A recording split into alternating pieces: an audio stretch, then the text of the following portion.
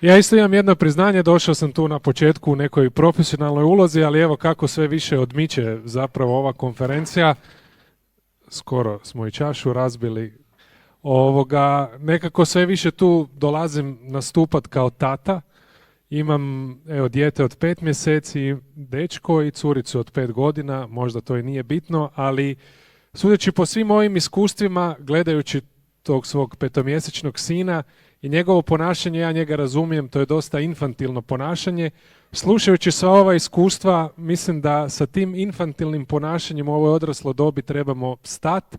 Prepoznao sam sebe, nažalost, u nekim svojim reakcijama u ovom ponašanju kada i preko svoje djece tražim kod svoje žene neka rješenja ili neke slobode. Moram priznati, evo, trenutna situacija je zaista divna u braku, odlična je žena i super funkcioniramo i zaista vjerujem da će tako biti dosta dugo, ali taj pogled u sebe, to ogledalo koje ti dijete nekad pruži i ta njena reakcija kad kaže tata, nemojte to raditi, nemojte se svađati, ajde se pomirite, je ogledalo i nešto što te tako resetira, tako da evo, najavljujući ovaj panel, prestao sam sad biti moderator, sad ću samo dalje nastaviti biti tata, pa evo pozivam drage tate da mi se prodruže na ovom posljednjem panelu danas, koji se zove Izabrali tate.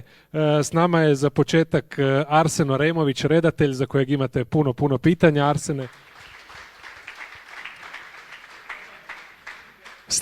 stiže, evo, taman smo ga najavili, a on je pobjegao. Dobro, s nama je tu, možda ga teško je reći ime i prezime, Ribafiš je tu s nama, Domagoj Jakopović. S nama je i Kristijan Škarica, poduzetnik, mentor i tata troje klinaca.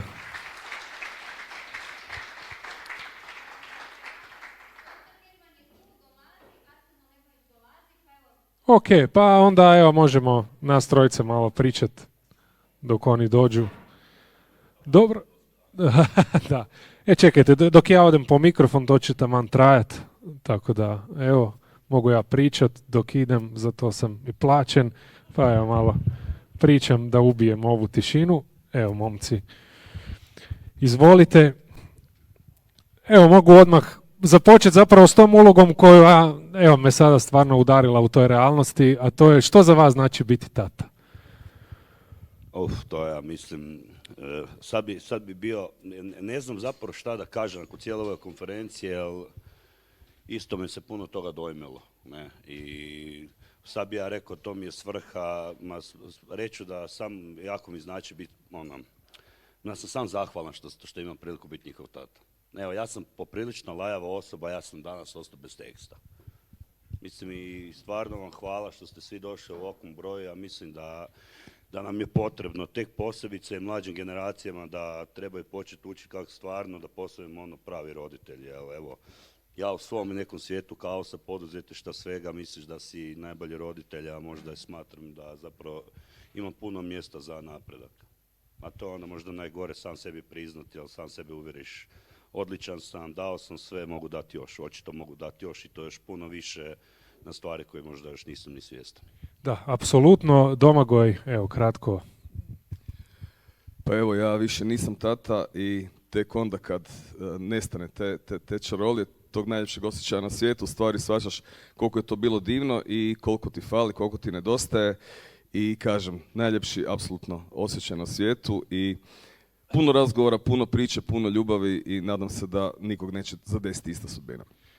Istina. Evo, pridružili su nam se i Herman Vukušić i Arsen Oremović. Arsene, za vas su zapravo na ovom prethodnom izlaganju, predavanju bila usmjerena brojna pitanja, pa evo možemo kratko čuti i o tom filmu, kakva je to priča, o čemu se radi, tko je zapravo taj protagonist koji se susreće sa bespućem tog sustava koje nema ni lice, ni obris, a zapravo ga zaustavlja od te njegove uloge da bude tata. Dobar dan, prvo.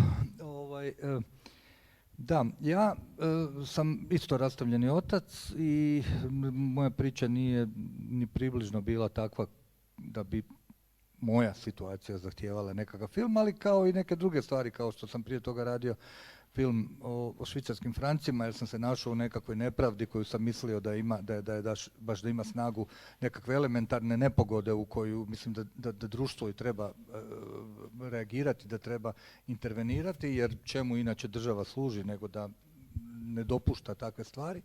Tako sam na svojoj koži osjetio u tom mom malom postotku u odnosu na ovo što je Zvonko proživljavao i neki drugi očevi što proživljavaju, osjetio sam tu nepravdu. I onda sam rekao, aha, dobro, to očito zahtjeva film, jer je to jedna od stvari koje doista nije ono što James Brown kaže this is a man's world, a to je baš nije, ovo je baš obrnuto i tu apsolutno postoji diskriminacija rodna, mislim, to bez ikakvog uveličavanja.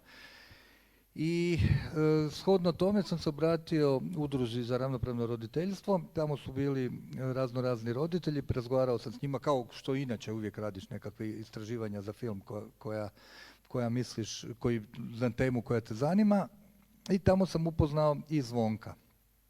I dakle, njegova priča je granica to da pišeš, da radiš igrani film te razine, onda bi ti ljudi rekli to na Havcu ne bi prošlo jer ne bi bilo baš uvjerljivo, bilo bi malo prenevjerojatno. Pa i odgovor, dakle, na ovo vaše pitanje ko je ova osoba u filmu, ja ne bih rekao ko je osoba, zato što nije ni važno ko je osoba, ali samo ću reći da je to stvarna osoba koja je u stvarnom sustavu odlučivanja. Dakle, doista osoba prava koja je sad, da li je ona na mjestu A ili B ili C u tom nizu, to nije bitno, ali to je osoba koja je stvarna u tom sustavu odlučivanja i to nije. Ja tu rečenicu, dakle, zato ja ne bi radio igrani film o tome, jer ne bi mogao pobjeći od tog nekakvog, mislim, ne aktivizma, nego tog dociranja, te didaktike, prevelike, jer da to napišeš, onda bi ti ovi napisali, ma ne, malo je previše ga objašnjava u dijelu, mislim, malo pretjeruješ. To je ono kad ti je situacija, kad ti je život jači od filma.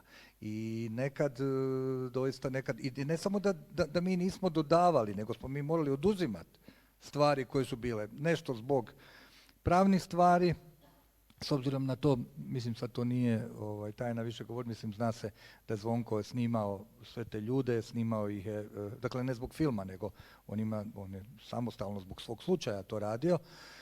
I tako da nismo mogli baš koristiti sve, neke stvari nisi ni htio pokazivati, nego htjeli smo pokazati u jednu razinu koja će biti dovoljno dramatična, bit će da ne bude totalno neuvjerljiva, iako evo i već se i ovako očito publika pita, aha, je li to doista tako ili su oni to malo dodavali. Dakle, mi smo, kažem, i oduzimali. I zašto me je njegova priča? Prvo, to je jako, ja ne želim biti nikad odvjetnik svih roditelja, svih rastavljenih roditelja, svih ovih onih, zato što znam da imam dovoljno godina, imam dovoljno iskustva, da znam da se uvijek iza takvih stvari znaju skrivati svakakvi ljudi. Dakle, prvo vidiš, aha, ko ti djeluje iskreno, ko ti djeluje pošteno, i onda ga kreneš provjeravati. Dakle, ja sam Zvonka tražio sve papire sam vidio njegove. I tek kad vidiš da nema, dakle nema da će tebi sutra neko doći pa će ti onda reći, da, ali on ima 3 kaznene prijave ili ne znam šta, jer je napravio to. Dapače, postoje papiri prema drugoj strani, ima neki bezvezni papir koji je potpuno nerelevantan na strani, na Zvonkovoj strani, i onda sam rekao idem u to. I to mi je bilo zanimljivo. U sredini filma sam imao problem taj što sam vidio da zapravo to nije film sad više samo o toj temi, nego je to film o čovjeku koji se izgubio putem. On si u jednom, mislim, ja sam shvatio da se on pogubio, on je postao, mislim, mi smo pričali o tome svemu, tako da to jako ništa ne otkrivam novoga. Dakle, ja sam skužio da on ima neki kolega, odnosno stručnjak može reći šta je to, ali zbog nekako, ja sam vidio da on ima neki OCD ili nešto, da je on naprosto obsesivno u svemu tome i da on naprosto mu se život više, on ne može živjeti na normalan način. Onda sam pomislio da možda to nije dobro za film, onda sam shvatio da ajmo otvoreno porazgovarati, prvo sam s njim pa otvoreno porazgovarao o svemu tome i onda se vidjelo da se vidi do čega to takve situacija može dovesti. ukratko, evo, to je taj lik. Možda sam duljio, ali se nadam da nisam rekao nešto što se nije ticalo. Ali evo, pitala je kolegica, ali mislim da je to u brojnim intervjuima koje ste dali vezano uz taj film, ta rečenica zapravo koja dolazi od strane sustava u smislu nemate šanse, nemojte se ni truditi.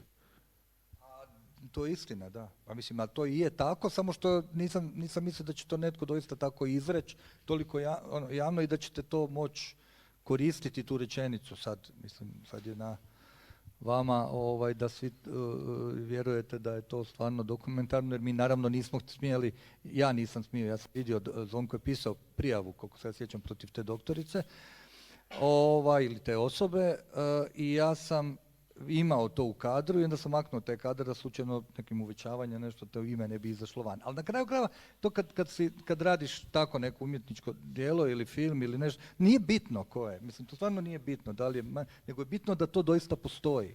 To može biti, i to je on čuo baš na svim koracima tog svog puta. Tako da gdje...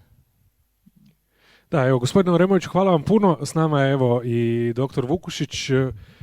Tijekom cijelog današnjeg razgovora, konferencije, stavljamo naravno djecu u fokus i ona jesu u fokus, ali evo jedno pitanje koje se tiče i samih roditelja.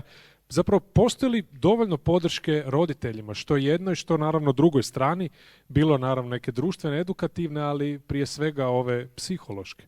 Pa evo, kao prvo hvala organizatorima na izuzetno vrijednoj akciji i organizaciji ove konferencije na jednu temu koja već dugi niz godina ne može dospjeti u prvi plan mainstream medija, niti šire hrvatske javnosti, a izuzetno je bitna ne samo za one kojih se to konkretno direktno tiče, od djece pa do roditelja, ponajviše očevo, nego za širu hrvatsku javnost, ja bih rekao i za društvo u cjelini. I tu ću dati jednu, kao psihijatar, psihodinamsku potporu u mojoj tvrdnji. Ja sam inače psihodinamičar, ali nisam Freudovac nego Jungovac. I svi ste čuli recimo za Jungov koncept arhetipova, znači psihičkih predodžbi s kojima se čovjek rađa. I dvije najjače predodžbe, odnosno tri, su nešto sveto kao Bog, otac i majka. I svako dijete u svom razvoju mora zadovoljiti, znači mora imati ispunjeni arhetip jednog i drugog roditelja. Nažalost, neki roditelji to ispunjavaju na negativan način pa dolazi do problema, odnosno dolazi do situacije u kojoj jedan ili oba arhetipa, odnosno uzora, manjkaju. Prema tome, ravnopravno roditeljstvo ili ono što se zove recimo ja ću se laički izraziti pola skrb, jel? Je u svijetu, odnosno razvijenim zemljama Europe postao zlatni standard. I zato u nordijskim zemljama razvod braka, odnosno parnica za skrb oko djece, košta u pravilu 50 do možda 300-400 eura. U Hrvatskoj to zna doseći preko 50.000 eura iz svima vama poznatih razloga, jer je pravosuđe tako kako je i imamo određene spolno-rodne stereotipe koji su na snazi još iz vremena bivše Jugoslavije, čiji smo zakonik u najvećem dijelu preuzeli. Naravno da sve to ima devastirajući učinak po cijelu tu obiteljsku zajednicu, jer oba roditelja mogu imati podjednake ili očuvane roditeljske kompetencije, ali najviše, nažalost, ima po djecu. I sustav koji bi se sa tih pozicija trebao brinuti o djeci, najmanje se brine o djeci. Ja bih sad mogao nabrajati nebrojene primjere, ali spomenut ću samo recentnije, to je primjer evo naše prve, nažalost ja nisam zbog kliničkih obaveza mogao doći ranije, ali uvodničar je bila vrhunska stručnjakinja, danas je moja velika prijateljica Gordana Boljan-Flander, koja je doživjela što je doživjela upravo od strane hajke koja je pokrenuta na nju samo zato jer je se borila za ravnopravno roditeljstvo i kao stručnjak se borila za to da oba roditelja imaju jednako pravo i pravo i moć, odnosno utjecaja na odgoj svoga djeteta. Prema tome, iz svoje prakse ja sam sad dobio treću subspecijalizaciju, ne da se hvalim, iz socijalne psihijatrije, ali sad mi je žao. I sad sam godinama već da bi malo kasno tražiti Ministarstvo zdravstva da to preimenujemo na dječju psihijatriju, jer vidim strahovito puno problema kod djece, gdje korijeni idu i u ovu našu današnju temu, u jednom jednom totalnom disbalansu u pravnom i medicinskom i socijalnom sustavu koji nažalost počiva na stereotipovima koji datiraju daleko u prošlost, a imamo i neke nove paradokse. Evo, Arsen je spomenuo tu rodnu ravnopravnost. Ja sam neki dan pročitao i osvrnuo se na novinski članak koji je o ubojici iz Medike od prije par mjeseci pisao u ženskom rodu, makar se radi o transrodnoj ženi, a ne natalno-biološkoj ženi, i pitao sam da li ta statistika sad ulazi u statistike žena kao počinitelja. Zbog čega? Zbog toga što, jer ako mi s jedne strane imamo ovakvu jednu rodno-spolnu neravnopravnost u sustavu socijalno-zdravstvene, odnosno skrbi i pravosuđa, a s druge strane zagovaramo da biološki muškarac se tretira kao žena u slučaju krvnog delikta, onda stvarno nešto trulo u državi, ne Danskoj nego Hrvatskoj, i ja se stoga još jednom zahvaljujem i organizatoru na ovoj prilici da danas govorim ovdje i na otvaranju ove jako važne teme. Evo, hvala vam za sada. Gospodine Škarica, vi ste, osim dakle, što ste poduzetnik, radite i na podizanju svijesti o mentalnom zdravlju muškaraca. Koliko je to danas možda i zanemarena tema, koliko su i muškarci zbog nekih ovih možda jungovskih arhetipova i raznih analiza nekako sramežljivi u prikazivanju i pokazivanju možda toga da im treba pomoć, da ne znaju, da nisu sposobni neke stvari riješiti, odnosno ta mentalna higijena koliko je važna za muški rod. Pa ja bih prvo rekao da nas niko nije naučio tražiti pomoć, a s druge strane oksimoron da ju na neki način nemamo ni prava tražiti. I kogod sad to čudno zvuči, evo, nisi imao prostora da ti sad tražiš pomoć, jednostavno stvari moraš rješavati sam. I sad sustav govori i otvarajte se, pričajte. Znači ja sam taj koji me zovu u 2 ujutro, razgovaram s ljudima, molim ih da pričaju, kažem da traže to svjetlo, da sami kreiraju tu neku nadu, da to vjeruju bolje sutra, ali svejedno znam ja sam, teško je tražiti pomoć. I to je ta stigma, jer mi nismo naučeni za tražiti. Ne mogu reći da nas možda nije nas neko naučio, ni te niko nije učio prije. Što je mental health ekstremno bitna tema, da, evo, ja mislim da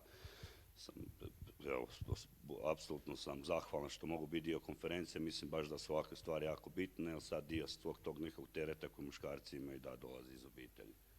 Koji su to tereti, koji su to stvari o kojima muškarci ne žele ili se boje razgovarati? Ja mislim tiha odgovornost, tišina, samoća i tiha odgovornost koja postoji bez, ajmo reći da si je tražio, znaš da ju imaš. Ali evo, pričamo danas i o tom ravnopravnom roditeljstvu. U tim nekim odnosima i situacijama možda je neke se stvari prešutno očekuju od muškaraca. Sad me navlačiš me na tanak led, ali da, tu ravnopravnost ne postoji. Ja se ispričavam svakom, evo ja govorim to iz svog vlastitog nekog stava i mišljenja i sve ovo dosad, što ću uzeti svog nekog možda vlastitog života, što iz ljudi s kojim sam imao čast, priliku razgovarati. Ti moraš biti uspješan, pogotovo kod nas muškarac ti moraš biti uspješan, druga definicija ne postoji. Ti ako pokažeš tu slabost će se iskoristiti. Ako imaš želju se otvoriti nekom da kažeš da ti je teško, nama, ja mislim da tu mnogi muškarci znaju taj trenutak, onaj trenutak kad ti neko iskoristi to protiv tebe, onda si navikao šutiti. A kad govorim ta tiha odgovornost dolaska doma, ne možeš to prenesti na djecu, bar ne bi trebao. Ti u svom mraku stojiš, ideš dalje, pokušavaš ići taj dan po dan, niko ne smije ostati da se išta dešava, nemaš prava na reći da se nešto dešava što mislim da bi trebali, jer nismo svi u glavi na van jaki i da možemo izdržati čudesa dok se iznutra raspadaš. Jel?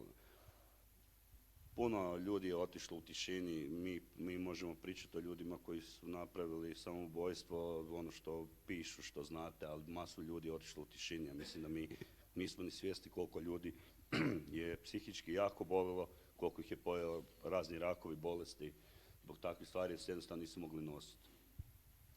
Domagoj, evo, vidim vi i klimate glavom možda na neke stvari koje evo i Kristijan rekao. Vi ste jedan, pa ja ću reći barem iz nekog osobnog iskustva, jedan primjer kad bih barem ja mogao biti tako hrabar kao on i tu jednu osobnu tragediju na taj način iskomunicirati i tako se boriti s njom, Otkud vama snaga za to, otkud vama želja i otkud vama mentalna sposobnost za nešto tako osobno i nešto tako teško pretvoriti na kraju u nešto tako lijepo, koliko god to čudno zvučalo? Pa trajala je dugo ta transformacija tih prvih godinu dana nakon smrti Roka. Nisam znao šta bi sa sobom, pokušavao i suicid i bio neugodan i divalj i na kraju sam došao na posao i rekao dajte mi jako puno posla da ne mislim ni na šta drugo, jer jednostavno kad si u takvoj situaciji onda to najviše pomaže. Kad si zakupiran drugim stvarima, kad radiš po 15-20 sati dnevno, onda nekako manje razmišljaš o tragediji i lošim stvarima i to je išlo u jednom trenutku do toga da sam, evo, dok sam plivao, plivanje isto bilo izvrstan taj nekakav bijeg od stvarnosti gdje se trošiš, znojiš, lupaš te valove i istovremeno razmišljaš pozitivno. Ne možeš, ako se baviš nekim kvalitetnim sportom, da vrlo malo razmišljaš negativno i tako je onako iskrsnula ta nekakva ideja da, evo, ja sam svom sinu bio obećao da ćemo obići sve države svijeta,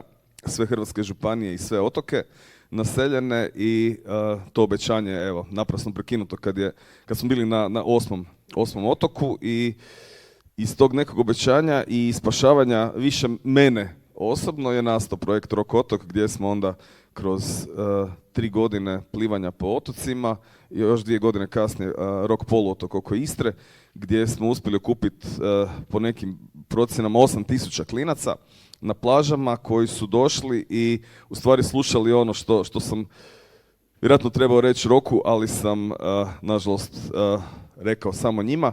To je bio tipa pola sata nekakve priče o smislu života, zašto trebamo voljeti roditelje, zašto trebamo cijeniti prijatelje, zašto trebamo istraživati, zašto trebamo paziti prirodu i evo kroz razgovor sa nepoznatim klincima i uz pomoć divnih, dragih ljudi koji su nicali na svakom koraku, nekako sam uspio isplivati iz te osobne tragedije. Nadam se da sam napravio nešto dobro, nadam se da je od tih 8.000 klinaca barem 10-20% nešto zapamtilo, otišlo roditeljima prije spavanja, zagrlilo ih, dalo im pusu i da su zajedno pročitali jednu stranicu te knjige, da su zajedno krenuli u neku avanturu skupljanja otoka, skupljanja bilo čega zajedno s roditeljima i da su im otvorili srce i da su im uvijek pričali o dobrim i lošim stvarima koje su im se dogodile taj dan. Evo, 7 godina kasnije i 5 godina plivanja ne bi se to dogodilo. Znači, ja bi dalje bio nekakav dosadni urednik u nekakvim novinama ili nekakvom portalu, hvatao bi noktima te nekakve slobodne dane i ne bih nikad preplivao cijelu Hrvatsku od Dubrovnika do Slovenije, ali evo, iz tragedije u nešto lijepo spojili smo hrpu klinaca. Njihovi roditelji su klinci bi me tu i tamo zagrlili gdje bi se ja raspao, ali i roditelji bi došli i rekli da je puno bitnije biti s klincima, pričati s njima i veseliti se s njima nego gledati u glupe ekrane. I evo sad, nisam najsretniji čovjek na svijetu, ali se nadam da sam ga barem malo poboljšao. Evo kratko još Domagoj, iz te perspektive tragedije koja nažalost kada se dogodi otvara oči i potpuno se drukčije gleda na svijet. Kada pričamo o svim ovim situacijama koje smo danas čuli, o tom nekom i o zakonodavstvu i o svim tim nekim čičkarijama u odnosu na tu bolnu tragediju, koje je po vama neko rješenje ili neki smjer u kojem bi možda ili zakonodavstvo ili cijeli taj sustav trebao razmišljati da nekako djeca i roditelji dobiju ono što najviše zaslužuju, a to je neki bolji svijet, neko bolje djetinjstvo ili neki bolji međusobni odnos? Pa ja sam isto rastavljeni roditelj bio i nije bilo bajno, ali mislim da je problem u tome što puno ranije, negdje u razdoblju kad imamo 10 godina, 10-12 godina, 5. 6. razred, kako sam profesor geografije pa sam 4 godine radio u školi, tu negdje su ta djeca najranjivija, najpametnija, najhrabrija i tu su u stvari u njima nešto stvara. Ja mislim da u 6. razredu ti u stvari odlučuješ što ćeš biti u životu. Ali tad, umjesto da im škola, da im roditelji, da im društvo, da im bilo ko da nekakvo pametno znanje, da ih neko usmjeri, da imaju u školi, evo mi smo recimo imali domaćinstvo kao predmet, ja sam star ko Dunav, i onda smo smo tamo učili šivat, učili smo iskuhat hrenovke, napraviti puding, nekakve stvari koje su meni tad kad sam imao 10-11 godina bile kitu iz žene, to je glupo je, ali na kraju se ispostavilo da dan danas su to stvari koje su korisne i to je jedna od rijetkih stvari koje se sjećam iz osnovne škole. Ne sjećam se koliko, ne znam, mitohondri ima stanica ili stanica mitohondrija, kaj god to bilo, ali bilo bi dobro da u školu uvedu te neke predmete klincima, da se zove život predmet, znači nešto što će te spremiti za budućnost. Ti kad izađeš iz osnovne škole ne znaš koju ćeš srednju, kad izađeš iz srednje ideš na neki faks jer su te vjerojatno starci tamo uputili ili želiš biti poput staraca ili se samo želiš riješiti njih ili ne želiš ići u vojsku, dobro to više nije aktualno, ali 5. razred, 6. razred, daj mi ono da saznam kako u prirodi, kako popiti vodu, kako zapaliti vatru, kako ugasiti vatru, daj mi da naučim 100 biljaka koje smijem jesti u prirodi, daj mi, nauči me kako da dišem, nauči me kako da se ponašam prema roditeljima, nauči me kako da se spremim za život, da razmišljam, da mi neko kaže da će me dočekat birokracija, da će me dočekat nekakvi nesposobni zli ljudi koji su se zaposlili preko veze, jer je sve preko veze, tu bi trebalo klinca učiti. A sad, evo, ovo što se događa i kod nas, ali i u cijelom svijetu, mislim da nam baš i nema pomoći, nego da trebamo preživjeti dokle ide. Da. Arsen, evo Domagoj je to spomenuo, zapravo taj jedan edukativni sistem, obrazovni sistem koji bi u nekim stvarima trebalo mijenjati. Nismo baš slični, ali na neki način radimo u medijima. Ja u svom nekom radijskom poslovanju puno se susrećeš sa raznim temama, nastojiš neke teme prvenstveno prezentirati publici, pa barem nekom oblikom prevencije ili promišljanja o tome da se neke stvari malo pomaknu. Koliko zapravo mediji, evo filmovi ili ne znam, glazba, kazališne predstave, mediji, radio, televizija zapravo mogu pomoći u osvještavanju važnosti ove teme ravnopravnog roditeljstva? Pa mogu puno, ali isto tako uglavnom ja ne vjerujem u to da prosvjetiteljske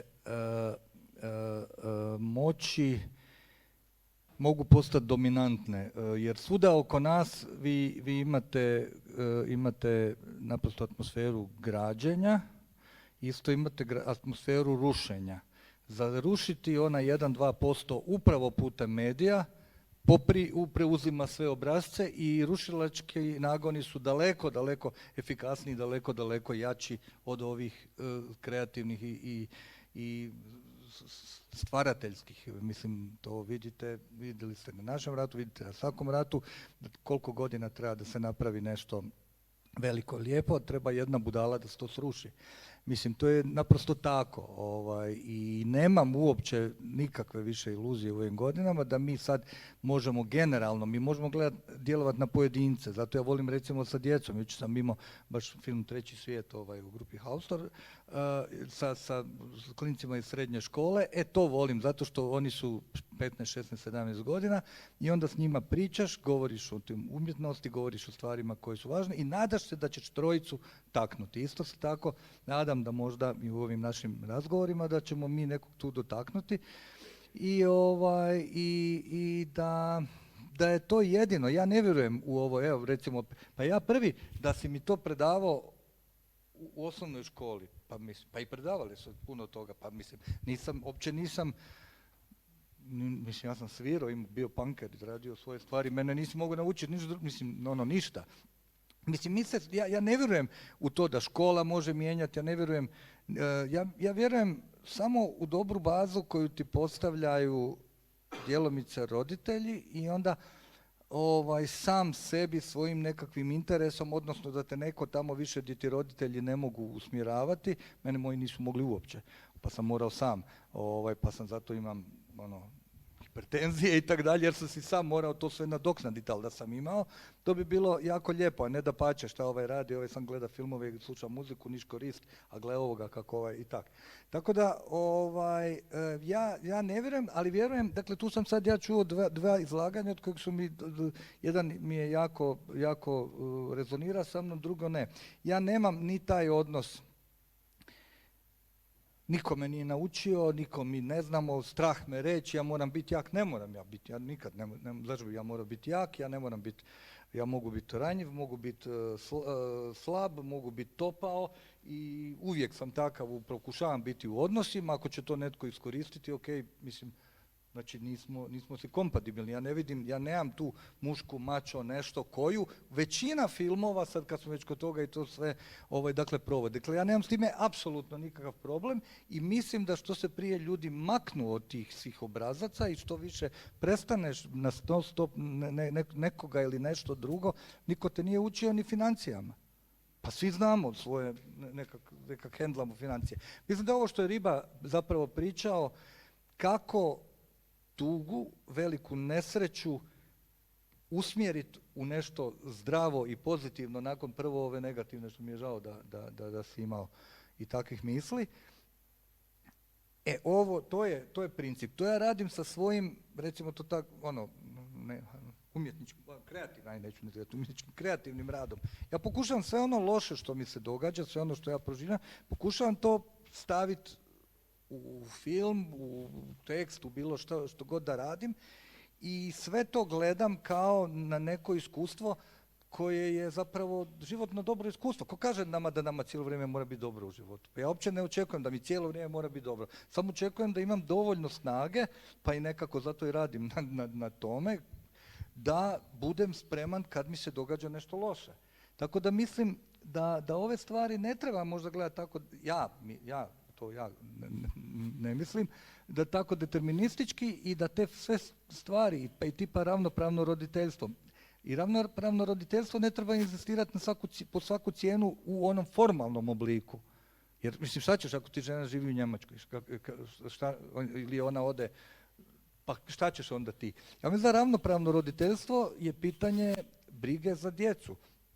I, mislim, moj sin je živio sa majkom, ali ja sam bio, danas to vidim, ravnopravan roditelj. Njemu što god nešto dolazi meni, mi pričamo, je meni žao da nije mogu tu doći i htio je i doći i na taj način da podršku zato što radi dijete, pa ono mora, ne može. Tako da mislim da su to stvari na koje i da su naši roditelji učili kako biti roditelj. Aha, šta želim? Ne želim biti alkoholičar kao moj otac.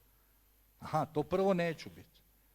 Onda ajmo, vidit ćemo dalje i tak dalje. Tako da učili su nas. Samo je pitanje da li sam osoba koja sebe gradi ili sve prebacujem na tebe da mi nisi dao. Mislim, sorry ako sam malo... Evo, doktore Vukušić, ima tu, čini mi se, zanimljivih analiza, pogotovo iz smjera vaše profesije. Ja ću samo kratko postaviti pitanje, pa se vi slobodno osvrnite na sve. Rekla je ranije profesorica Zloković da ne vjeruje u neke ideale, ali u smislu da postoje idealne situacije, ali postoje neke optimalne situacije. Kada govorimo o djeci, koja je neka optimalna situacija za njihov razvoj, odnosno kako bi dijete da ispuni sav svoj potencijal, što bi roditelji trebali učiniti da mu pruže optimalnu mogućnost, optimalnu situaciju? Prvo da se referiram malo Domagovo izlaganje, i ja sam imao domaćinstvo u školi, prema tome nije on tu jedini Starko ovoga kod Dunav. To ja nisam niti Ok, ja ne znam o čem pričate. Tam sam naučio salatu delati tako i to, ne? Tako, ali šta znači ovako, dijete treba osjetiti da su roditelji, znači osjetiti određeni sklad, toplinu i dostupnost. Znači, ako ti kriteriji nisu zadovoljeni, onda dolazimo do problema. Nažalost, danas su tu ti problemi sve izraženi jer evo u naše vrijeme, sad evo, ti si nešto mlađi, ali u naše vrijeme ipak su postavile određene nekakve društvene subkulture i grupe, punkeri, hašamani, šminkeri, navijači, ovako. Danas je to sve više manje rastočilo i djeca su pogotovo nakon pandemije okrenuta ekstrovertiranosti, odnosno prema mrežama. I recimo u Šekspirovo vrijeme suvremenik koji je njegov, ili neko koji je živio u, mislim da je do 15. ili 16. stoljeće, je za cijelog svog života primio informacije koliko danas sadrži jedan broj dnevnih novina. Za cijelog života. A djeca o kojoj mi danas pričamo, u toku jednog, ne sata, nego 45 minuta, samo na TikToku mogu vidjeti i do 750 raznih poruka. I onda dolazimo do nečeg što nazivamo taj sindrom socijalnog kontagija, društvene zaraze. Ako jedno dijete zalaje sad tu u Zagrebu za 2 sata lajaće 100.000 djece diljem svijeta. Opet se referiram na to, zašto? Jer ta pomama tog socijalnog kontagija i širenje svih tih fenomena putem društvenih mreža ne bi bila toliko razvijena da je nuklearna zajednica, odnosno obitelj, znači trijada, dijete, majka, otac, i dalje ima takvu važnost i stabilnost kako je imala u našim generacijama. Ni naše generacije nisu bile najsretnije. Ali ja se moram malo, mislim, ja sam nešto mlađi, ja mislim da su i tad bile takve situacije, ali možda se nije o njima tako javno govorilo. Mi danas ko očevi, gledajući neku svoju ulogu, ja sam naučen izgovarati neke stvari, pogotovo, evo, primjerice i prema ženi. Ja, sad ona nije tu, ko zna, možda i gleda, ali mislim, ta situacija u kojoj ja njoj priznam nešto, ja se osjećam malo slabije, jer ja kao nisam muška, ali ipak to kažem. Mi smo naučeni, ne znam je li to sad neka generacijska trauma, ali neke stvari izgovoriti, a to se ovisno o toj drugoj strani kako kad na to gleda. Ja sam svjestan da su prije uloge bile definiranije, danas je puno toga rastočeno, što je po meni veliki problem, ali mislim da nije nužno prije bilo bolje, nego samo je nama možda ne malo bolje. teže. Ne. Kažem drugačije i vi ste jedna međugeneracija, recimo jer naša generacija, odnosno generacija Z, to se popularno u socijalnoj psihologiji zove zadnja generacija koja je imala ključić oko vrata. Znači, dobiješ ključić oko vrata, ideš u školu, starci su na poslu, X. I pravo mislim, krivo velim, hvala na ispraci. Dobijao si temelje nekakve samostalnosti. A ove novije generacije, recimo imao sam priliku gledati sada na isto ovako je bila jedna konferencija, skup mladih neoliberala i isto je bio nekakav panel i ljudi su bili mahom 20 do 25 godina bila publika i za tijekom panela se jedan od njih digao i počeo se tresti i moli kolege iz drugog, trećeg reda da ne žamore jer to narušava njegovu psihičku stabilnost. Ja vam kažem kao psihijatar, nije moja želja da se postavim dječjoj psihijatriji, nije produkt neke moje sad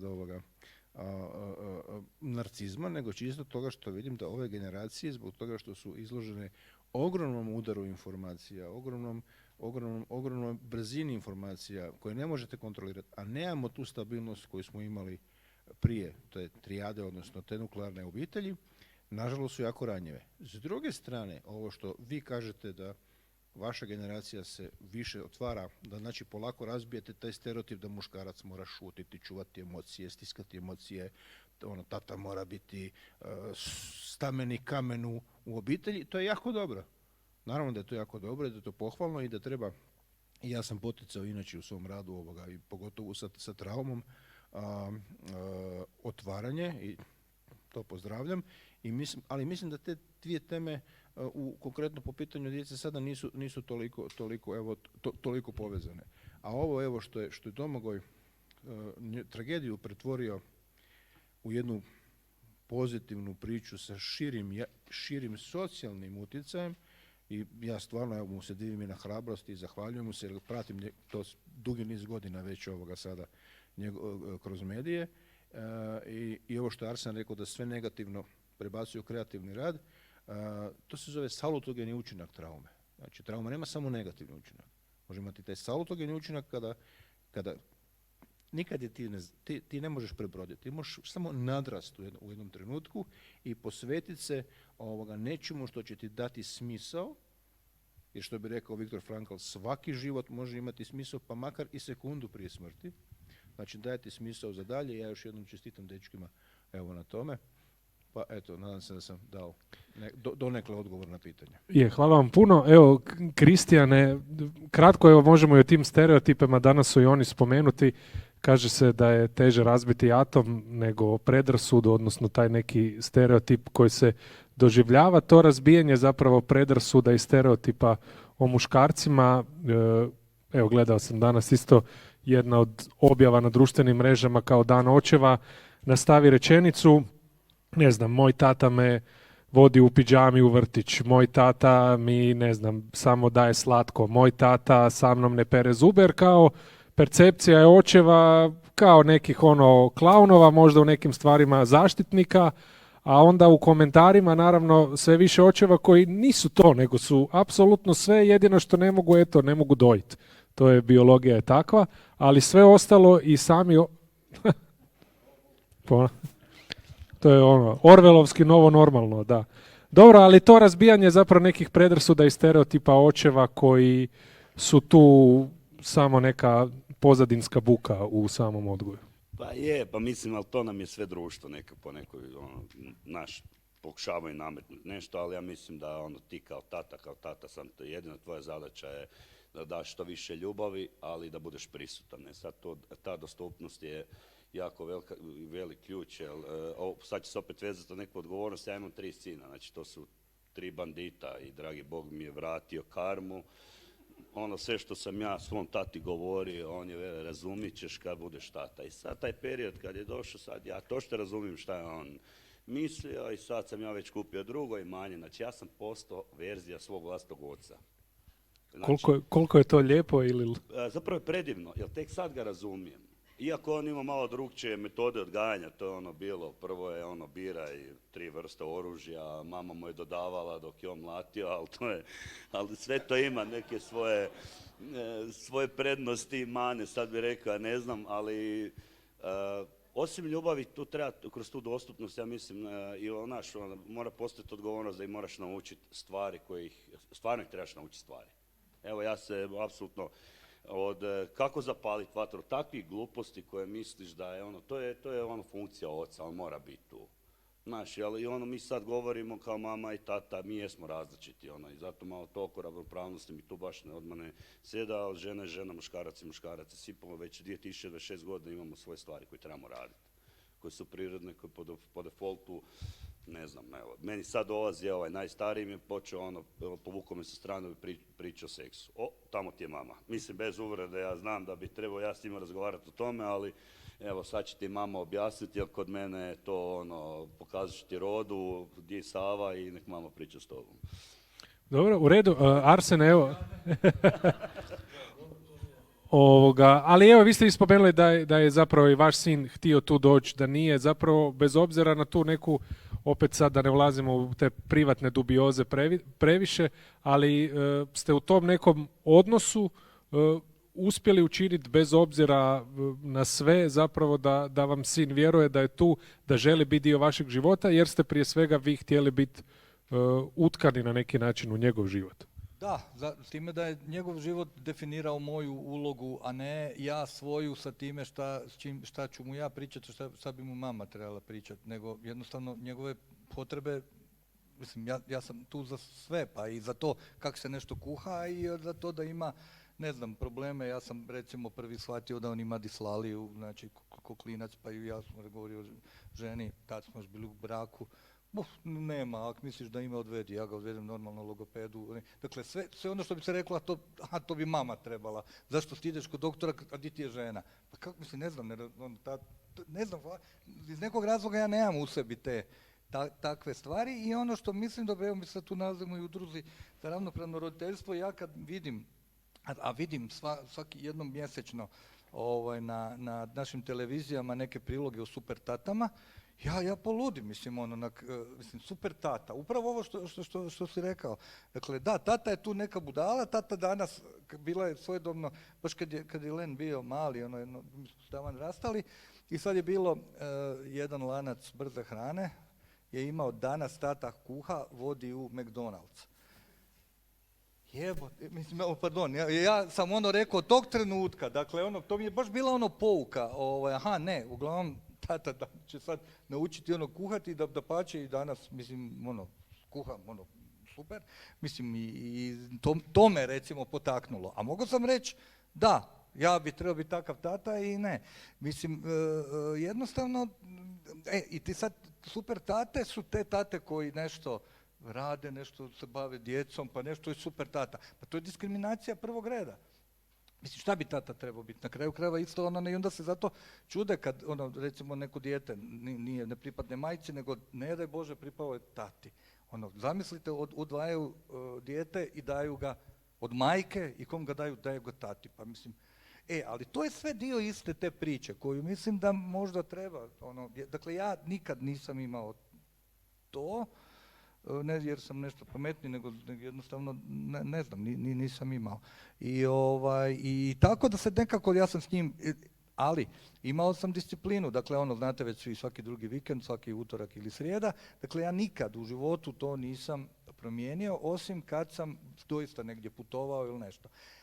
Sad, ja tu moram biti iskren i vidjeti i reći da ima jako puno očeva koje ja gledam od moje partnerice, dakle, jednostavno tata uzme ili je uzimao ili uzme i dijete jedva čeka da ga vrati za 2 sata. Mislim, toga jako puno ima. Ali sad ja neću ulaziti da li su to roditelji, očevi takvi jer su takvi očevi ili je to nekako i društvo očekuje, mislim nekako je to normalno, pa onda muškarci nastupaju na taj način, aha, mi smo za igrat nogomet, ali nismo za pričati o tome da imaš možda neke probleme dole, da bi se trebao odvesti kod doktora, pa da vidi da li ti treba skinuti kožicu s polovila ili ne, na primjer.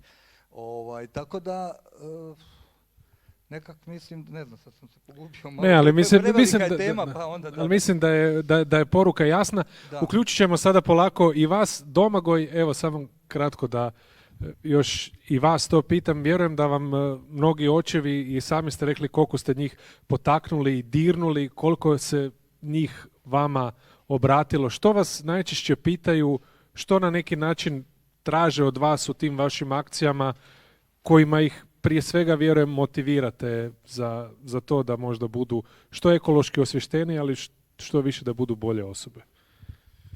Pa evo, baš je prekrasno gospođa koja je prije predavala primijetila, svi smo različiti, svi smo drugačiji, nema tog nekog predmeta koji će nas sve isto dotaknuti i mislim da svi mi, pogotovo muškarci, ima jedna zanimljiva teorija koju sam razvio dugo vremena. Vrlo često se zna dogoditi da imamo svoje olimpijske cikluse. Muškarci, ne znam, ovoga nakon 20. 5 godina bi htjeli biti, ne znam, svjetski prvaci u nogometu, onda skuže da to nije za njih, onda krenu svirati gitaru, pa onda nakon 5 godina krenu igrati curling, govorim o sebi. Uglavnom, dosta ljudi sam našao koji su ušli u brak nespremni. Isto ono kako treba ljude pripremati za život, treba ih i za brak pripremati. Užasno glupu činjenicu ću navesti. Ako ste skupa, ako ste mislite imati djecu, ajde uzmite psa. Pa da vidimo kako će se podijeliti odgovornost, kako će jer tu se vidi, tu isplivavaju problemi. Odite 3 dana na brod, pa vidite kako se ko ponaša, ali problem je u tome što najčešće jako kasno shvatimo da u nama postoji neki problem, da nismo zadovoljni sa osobom B i da često ili prerano planemo ili predugo držimo to u sebi, ali na kraju sve to rezultira u tim najkriznijim trenucima, znači kod prije poroda i nakon poroda 2 godine, da u stvari ne znamo šta bi sa sobom, da smo, evo, što su rekli pametniji od mene, znači da ne znamo, jednostavno nismo spremni napraviti nešto pametno, nego rađe odemo na neku krivu stranu, pobjegnemo, gubimo se. Koliko ima divnih roditelja muškaraca, toliko ima i divnih roditelja žena, ali evo, ima i onih koji jednostavno nisu tu zbog djece, nisu tu zbog braka, nego su iz svojih nekih sebičnih pobuda. Dakle, eno, susjeda mi se udala, sad idem i ja, zato kaj ću ja biti sama. U svemu tome, bilo je najljepše pružiti tu nekakvu priču, taj zagrljaj, čisto ono, trenutak emocije i reći tim roditeljima koji su došli.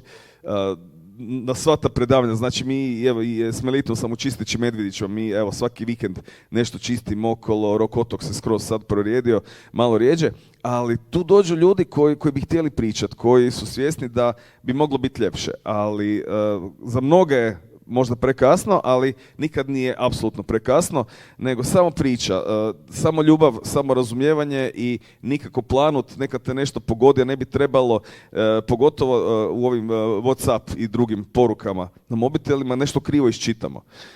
Manite to, zaboravite to, legnite bez mobitela, popričajte s nekim, zagrlite nekog dragog i evo, nije kasno za krenuti iz početka, ostaviti se nekih loših stvari i popričati s nekim o onome što mu treba.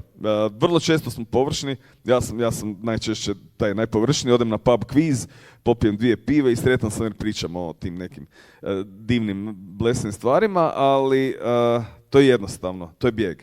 Puno je teže suočiti se sa problemima, sa teškim stvarima i dati srce na pladnju, a to je upravo put. To je znači, ako želite dobiti nešto, morate i dati. Je, istina, Domagoj, hvala puno. Evo samo kratko što se tiče ovih olimpijskih ciklusa, imam danas neki osjećaj, barem iz ovog svog nekog medijskog okruženja, da neki ljudi dođu u neki trenutak kada shvate da bi im bilo oportuno zapravo imati djecu i da je sad to neki novi poduzetnički ciklus gdje bi uz dijete i uz cijelo to tržište zapravo mogli iskamčiti, ne znam, veći broj lajkova ili bolje sponzore, što je po meni evo barem dosta tužno. Ali dobro, slušamo sad malo i vas, vjerujem da imate neka pitanja ili nemate. Hoćete vi nešto reći?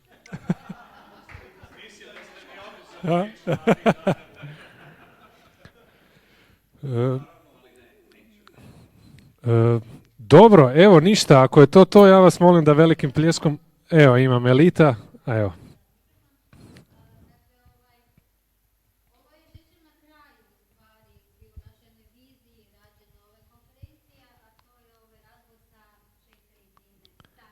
Samo Melita da vas čuju na... Ne, imate, ali da na streamu čuju. Dakle, dragi moji, bez obzira što imate svaki svoje mišljenje, to mi je tako drago, ovo meni sad bio u stvari, ovo što ste vi govorili, odmor za dušu. Zato što je pokazao baš onu pravu sliku svih nas, a pogotovo tata, da ste svaki različit, da svaki imate neku svoju viziju, ali da vam je svima jedno isto, a to je djeca. I to je najvažnije i najljepše. I koliko god da malo sam se naškumbrala na nešto što je jedan rekao ili možda neko drugi rekao i onda stane i kažem, ma oni su pravi tate. Oni žele najbolje na svoj najbolji način. Hoću reći hvala Arsenu koji je došao čak i u naš dom i snimio film. Hvala Ribi koji nam je podrška već nekoliko godina, koji je prvi na Svačićevom trgu kad smo se smrzavali, bila je korona, nabavio djecu i prvi put smo Dan očeva ne u Zagrebu nego u Hrvatskoj obilježili na javno, jer se ljudi pojma nisu imali da poslije Dan očeva. Hvala Kristijanu koji sam jedanput čula i kad poslali smo na napravi divne stvari, pomogu na konferenciji. Hvala doktoru Hermanu koji se odazvao dok se rekao Keks, koji daje toliko znanja s jedne stručne strane, jer svima nama i meni koja sam najobičnija predsjednica, najobičnija mama, najobičnija baka, nama je u stvari putokaz ljudi koji su stručni. I ako nećemo slušati struku, ako nećemo slušati one koji stvarno to znaju i koji su godinama se za to educirali, znate, nećemo slušati Šteficu s placa, slušat ćemo stručnjake. Tako, srca vam hvala i dragi tate, sretan vam Dan očeva još jednom.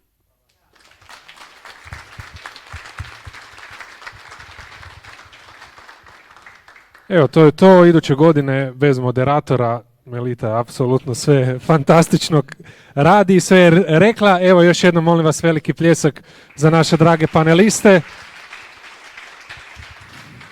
Arsen Oremović, Domagoj Jakopović Ribafić, Kristijan Škarica i dr. Herman Vukušić. Naravno i za vas zahvalnice.